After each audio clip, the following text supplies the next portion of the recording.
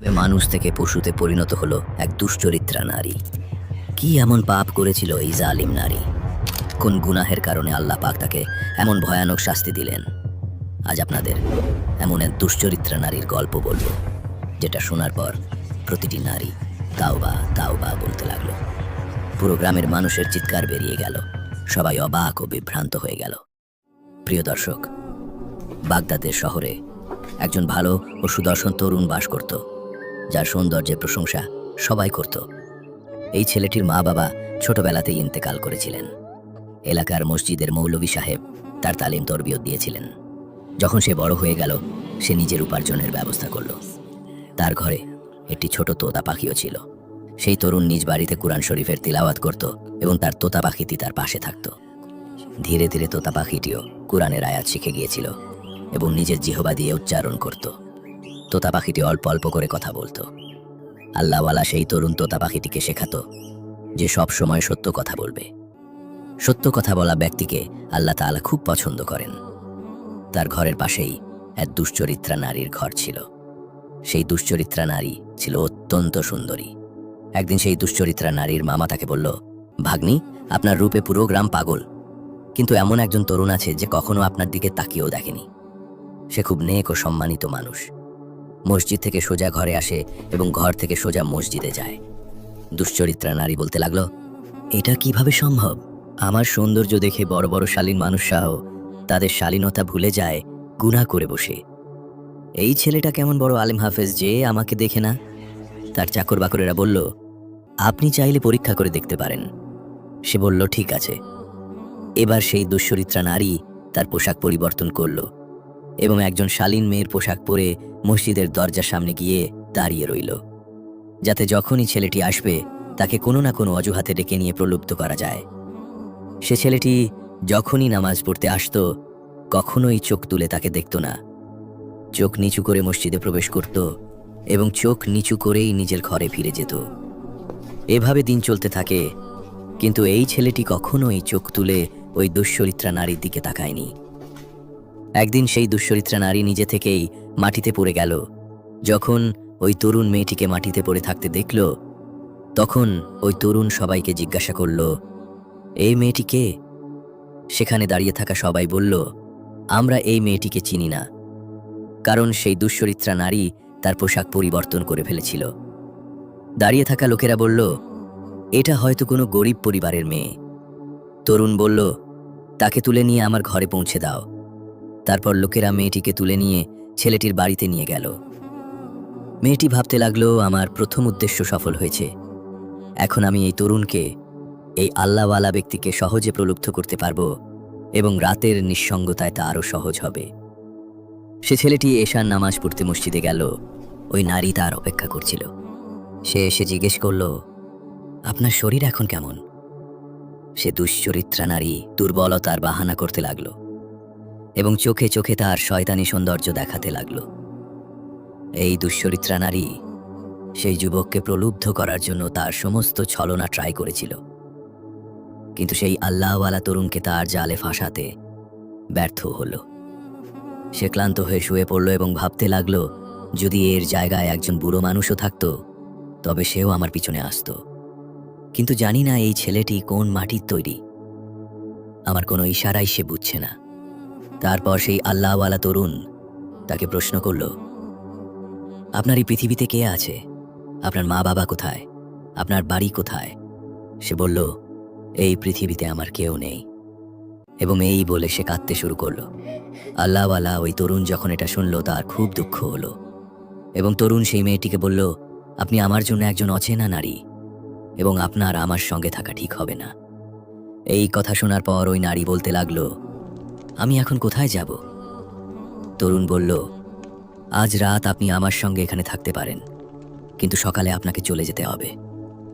এটা শুনে সে নারী ভাবতে লাগলো, কিভাবে তাকে দিয়ে গুনাহ করাবো। সে সব কিছু চেষ্টা করে গেল। পরদিন সেই আল্লাহওয়ালা তরুণ মাওলানা সাহেবের কাছে পরামর্শ নিতে গেল। একটি দরিদ্র নারী আমার ঘরে আছে, আমি খুবই চিন্তিত, আমি কি করব? মাওলানা সাহেব বললেন, যদি তার এই পৃথিবীতে কেউ না থাকে, যদি সে একা হয়, তবে তুমি তাকে বিয়ে করে নিতে পারো। একদিন তো তোমাকে বিয়ে করতেই হবে। তরুণ এসে মেয়েটিকে বলল, মাওলানা সাহেব বলেছেন আমি যেন তোমাকে বিয়ে করে নেই। এটা শুনে সে নারী ভয়ে কাঁপতে লাগলো এবং ভাবতে লাগলো, আমি তো বিয়ের জন্য আসিনি, আমি তো তার সঙ্গে অবৈধ সম্পর্ক করতে চাইছিলাম, আমি তার স্ত্রী হতে চাই না। সে নারী তরুণকে বলল, আমাকে একটু সময় দিন, আমি রাতে সিদ্ধান্ত নিয়ে আপনাকে জানাবো। সারা রাত সে ভাবতে লাগলো এখন কি করব। অবশেষে সিদ্ধান্ত নিল, যাই হোক কিছু না কিছু তো করতে হবে, আমি আপাতত তাকে বিয়ে করে নেই, যখন আমার কাজ হবে তখন আমি তার ঘর ছেড়ে চলে যাব। সকালে সে তরুণকে বলল, আমি আপনার সঙ্গে বিয়ে করতে প্রস্তুত। এটা শুনে তরুণ খুব খুশি হল। আল্লাহ পাক তাকে সুযোগ দিলেন যাতে সে কারো সাহায্যকারী হতে পারে এবং এমনভাবে এক নারীর জীবনও বাঁচতে পারে। সে মাওলানা সাহেবকে ডেকে নিয়ে গিয়ে সেই মেয়েকে বিয়ে করে নিল। সবাই তরুণের বিয়ে নিয়ে খুব খুশি হল। সেই তরুণ তো আল্লাহ তাআলার ইবাদতকারী ছিল। কিছুদিন পর যখন ওই নারীর সেই তরুণের প্রতি মন পুরোটাই একঘেয়েমি হয়ে গেল, সে ভাবতে লাগলো, এখন আমার আর এখানে থাকা চলবে না, আমি আমার সেই পুরনো জীবনেই ফিরে যেতে চাই, কিন্তু আমি তো তার স্ত্রী, তার সাথে আমার বিয়ে হয়েছে, আমি কিভাবে তাকে ছেড়ে যাব। সে নারী তার চাকরানিকে চিঠি পাঠালো, আমি এখান থেকে বের হতে চাই, কোনো ব্যবস্থা করো। তার চাকরানি এসে বলল, আপনি তো এখন তার স্ত্রী হয়ে গেছেন, এখানে থেকে কিভাবে যাবেন, আপনি এমনটা কেন করলেন? এই বদমেজাজি দুশ্চরিত্রা নারী বলল, আমি তার সৌন্দর্য দেখে এত পাগল হয়ে গিয়েছিলাম যে আমি কোনোভাবে তাকে লজ্জিত করতে চাইছিলাম না, কারণ সে আমার দিকে দেখতই না, তাহলে আমি আর কি করতে পারতাম। আমাকে বাধ্য হয়েই তাকে বিয়ে করতে হয়েছিল, কিন্তু এখন আমার এটা পছন্দ নয়, আমি এখান থেকে যে কোনো মূল্যে বের হতে চাই। চাকরানী তাকে বলল, আপনি তাকে বলুন আপনাকে তালাক দিতে। সে বলল, না, আমি তাকে এটা বলতে পারি না, কারণ সে খুব ভালো মানুষ এবং সে আমাকে কখনোই তালাক দেবে না। সেই বদমেজাজি নারী বলতে লাগল, আমি এত ভালো মানুষ চাই না, আমি বরং এক কাজ করি, আমি তাকে মেরে ফেলি, তারপর আমি আমার পুরনো জীবনে ফিরে যেতে চাই, যেখানে প্রতিদিন অনেক ধনী যুবক আমার কাছে আসতো, আমার জন্য হাজার হাজার দিনার খরচ করা হতো, আমি আর তার সাথে থাকতে চাই না। সে চাকরানীকে বলল, তুমি আমাকে বিষ এনে দাও যাতে আমি তাকে মেরে ফেলতে পারি। যখন চাকরানী এটা শুনল, সে বিষ সংগ্রহ করতে লাগলো। এরপর ওই চাকরানী বিষ এনে তাকে দিল। আর যখন রাতে আল্লাহওয়ালা তরুণ ঘরে ফিরল, তখন সেই নারী সাজসজ্জা করে তার সামনে এসে বলল, আমি আপনার জন্য খাবার নিয়ে আসছি। যখন সে খাবার নিতে গেল, তখন সেই খাবারের মধ্যে বিষ মিশিয়ে দিল। এখন তার সেই তোতা পাখিটি, যেটি সারাক্ষণ তার ঘরে থাকতো, সে সব কিছু দেখছিল। তোতাটি চিৎকার করে উঠল, বাঁচাও, বাঁচাও। আল্লাহওয়ালা তরুণ তার কাছে এসে বলল, আজ তুমি কেন এত চিৎকার করছো? তোতা পাখিটি তখন চিৎকার করতে লাগলো, বাঁচাও, বাঁচাও। তার এই কথা শুনে সে তরুণ খুবই অবাক হয়ে গেল। সে খাবার খেয়ে বলে, আমি ঘুমাতে যাচ্ছি, আমাকে তাহাজ্জুদ নামাজ পড়তে হবে। যখন রাত গভীর হলো, তখন তার পেট ব্যথা শুরু হয়ে গেল। সে তার স্ত্রীর কাছে গিয়ে বলল, আমার পেটে খুব ব্যথা হচ্ছে, মনে হচ্ছে কেউ আমার পেটে ছুরি চালাচ্ছে। সে দুশ্চরিত্রা নারী বলল, মনে হয় তুমি উল্টাপাল্টা কিছু খেয়েছ। আল্লাহওয়ালা তরুণ বলল, আমার শেষ সময় চলে এসেছে, তুমি এক কাজ করো, মাওলানা সাহেবকে ডাকো এবং তার সামনেই আমি তরপাতে তরপাতে মারা যাব। দুশ্চরিত্রা নারী কিছুই না ভেবে কোনো করুণার অনুভূতি ছাড়াই তার পাশে থাকলো। আল্লাহওয়ালা তরুণ মারা যাওয়ার সময় কালমা শাহাদাতের তিলাওয়াত করলো এবং তার আত্মা চলে গেল। তখন তোতাটি চিৎকার করতে লাগলো, বাঁচাও, বাঁচাও। সে নারী তোতাকে বলল, চুপ করে থাকো, নইলে আমি তোমার গলা চেপে দেব। তারপর সে তার চাকরানীকে আবার চিঠি পাঠালো, জলদি এখানে আসো। চাকরানী এসে তারা দুজন মিলে ঘরের আঙিনা একটি গর্ত খুঁড়ে তরুণের দেহ সেখানে দাফন করল এবং সে মনে প্রাণে আনন্দিত ছিল যে এখন আমি মুক্ত, আমি এই মানুষটি থেকে মুক্তি পেলাম। তারপর সেই দুশ্চরিত্রা নারী তার পুরনো কোঠায় ফিরে গেল এবং আবার তার পুরনো জীবন শুরু করল। প্রিয় দর্শক, আল্লাহ পাক তাকে এমন এক জীবন দিয়েছিল, যদি সে চাইতো সে তার গুনাহ থেকে তওবা করতে পারত, সে তার স্বামীর মতো নেক এবং পরহেজগার নারী হতে পারত। যদি সে চাইতো তার বাকি জীবনটা সঠিকভাবে কাটাতে পারত, কিন্তু সে নিজের হাতে নিজের দুনিয়া নষ্ট করে দিল, বরং সে তার স্বামীকে বিষ দিয়ে হত্যা করল। আগে সে কেবল একজন দুশ্চরিত্রা নারী ছিল, এখন সে একজন হত্যাকারীও হয়ে উঠেছিল। যখন সকালে ফজরের সময় হলো, মাওলানা সাহেব নামাজ পড়ালেন এবং দেখলেন যে তার ছাত্র অনেক দিন ধরে নামাজ পড়তে আসেনি। তাই তিনি খুব চিন্তিত হয়ে তার বাড়িতে গেলেন। তিনি দরজা নক করলেন, কিন্তু কেউ দরজা খুলল না। মাওলানা সাহেব ভাবছিলেন হয়তো তিনি ঘুমিয়ে আছেন, কিন্তু তিনি আরও ভাবছিলেন আমার ছাত্র কখনোই নামাজ ছাড়বে না। মাওলানা সাহেব ফিরে গেলেন এবং যখন জোহরের সময় হলো, তখনও তার ছাত্র নামাজ পড়তে আসেনি। তিনি কাউকে পাঠালেন, কিন্তু সেই ব্যক্তি জানিয়েছিল সে দরজা খুলছে না। এভাবে সারা দিন চলল। এরপর মাগরিবের পর মাওলানা সাহেব ভাবলেন আমাকে নিজেই যাওয়া উচিত। যখন তিনি গেলেন, তিনি দরজা নক করলেন, কিন্তু কেউ আসল না। তবে ভেতর থেকে তোতাটি চিৎকার করছিল, বাঁচাও, বাঁচাও। মাওলানা সাহেব বুঝতে পারলেন যে কিছু গড়বড় আছে। তিনি পুরো পাড়ার সবাইকে জড়ো করলেন, দরজা ভেঙে ভেতরে প্রবেশ করলেন এবং দেখলেন বাড়ি পুরোপুরি খালি। শুধু তোতাটি ছিল এবং কোনো মানুষ সেখানে ছিল না। সবাই মনে করছিল সেই যুবক হয়তো বউ নিয়ে কোথাও ঘুরতে গেছে। রাতের তাহাজ্জুদের সময় মাওলানা সাহেব অস্থিরতা অনুভব করতে লাগলেন। তিনি তার স্ত্রীর কাছে বললেন, আমার মনে হচ্ছে আমার ছাত্র কোনো বিপদে আছে, সে কোনো না কোনো সমস্যায় পড়েছে। তার স্ত্রী বললেন, না, তাদের তো নতুন বিয়ে হয়েছে, হয়তো তারা কোথাও ঘুরতে গেছে। মাওলানা সাহেব বললেন, সে আমাকে না জানিয়ে কোথাও যেতে পারে না। স্ত্রী বললেন, আপনি চিন্তা করবেন না, ঘুমিয়ে পড়ুন।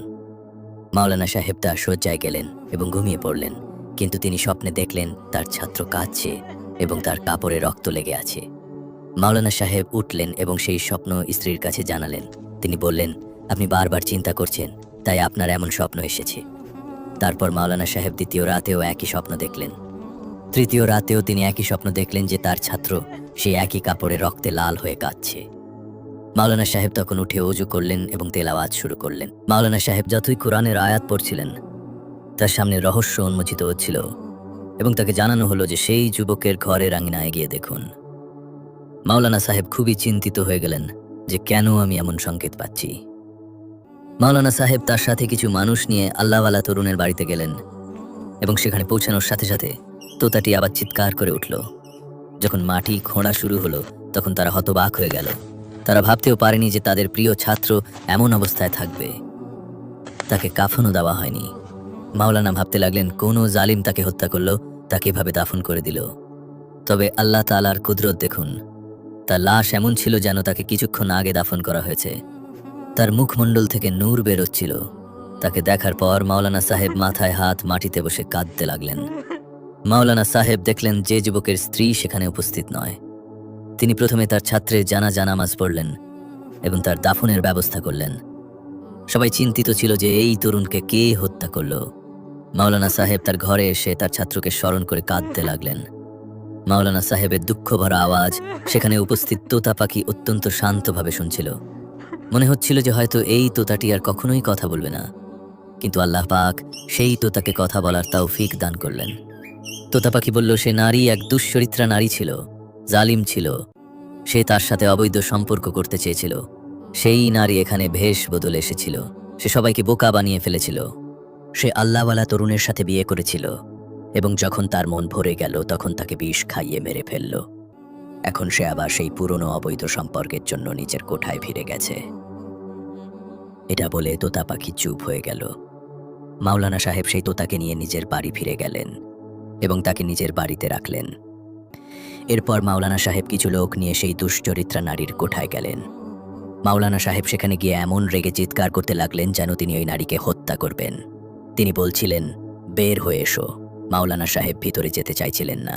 মাওলানা সাহেবের গলা শুনে সেই তাওয়াইফ নারীর চাকরানি কাঁদতে কাঁদতে বের হয়ে এলো। চাকরানি বলল, আপনি তো সেই নেক তরুণের উস্তাদ। মাওলানা সাহেব বললেন, হ্যাঁ, আমি তার উস্তাদ ও তার বাবাও। তুমি ওই দুশ্চরিত্রা নারীকে বের করে আনো যে আমার ছেলের সাথে এমন জুলুম করেছে। চাকরানি বলল, সে তার শাস্তি পেয়ে গেছে। সে বলল, যেই রাতে সে তার স্বামীকে মেরে নিজ কোঠায় ফিরে এসেছিল সে খুব খুশি ছিল। সাজগোজ করে সেই পুরনো জীবন ফিরে পেতে যাচ্ছিল। সেই সময় হঠাৎ তার দেহ পরিবর্তন হতে শুরু করলো এবং মুহূর্তেই তার দেহ একটি বানরের আকার ধারণ করল। তাকে আমরা একটি কক্ষে বন্দি করে রেখেছি, কারণ তার মুখ দেখলেই আমাদের ভয় হয়। তারপর সে নারী বলল, আমরা আল্লাহওয়ালা তরুণের সাথে যা কিছু করেছি আমি তার সাথে ছিলাম। ধীরে ধীরে আমার মুখও পরিবর্তিত হতে শুরু করেছে এবং মনে হচ্ছে আমিও তার মতো হয়ে যাচ্ছি, আমার অবস্থাও তার মতো হয়ে যাবে। আপনি আমাকে মাফ করে দিন এবং এই তরুণকেও বলুন আমাকে মাফ করে দিতে। আল্লাহ পাক আমাদের দুনিয়া জাহান্নাম বানিয়ে দিয়েছেন। মাওলানা সাহেব বললেন, আল্লাহ পাক তোমাদের শাস্তি এই পৃথিবীতেই দিয়ে দিয়েছেন, এখন আমি কি করতে পারি? আমার ছেলে তো শাহাদতের মৃত্যু পেয়েছে, কিন্তু তোমার মালিক তো চিরকালের জন্য বানরে পরিণত হয়েছে। মাওলানা সাহেব আল্লাহর কাছে দোয়া করলেন, আল্লাহ পাক আমাদেরকে সকল খারাপ কাজ থেকে বাঁচিয়ে রাখুন এবং ভালো কাজ করতে সাহায্য করুন।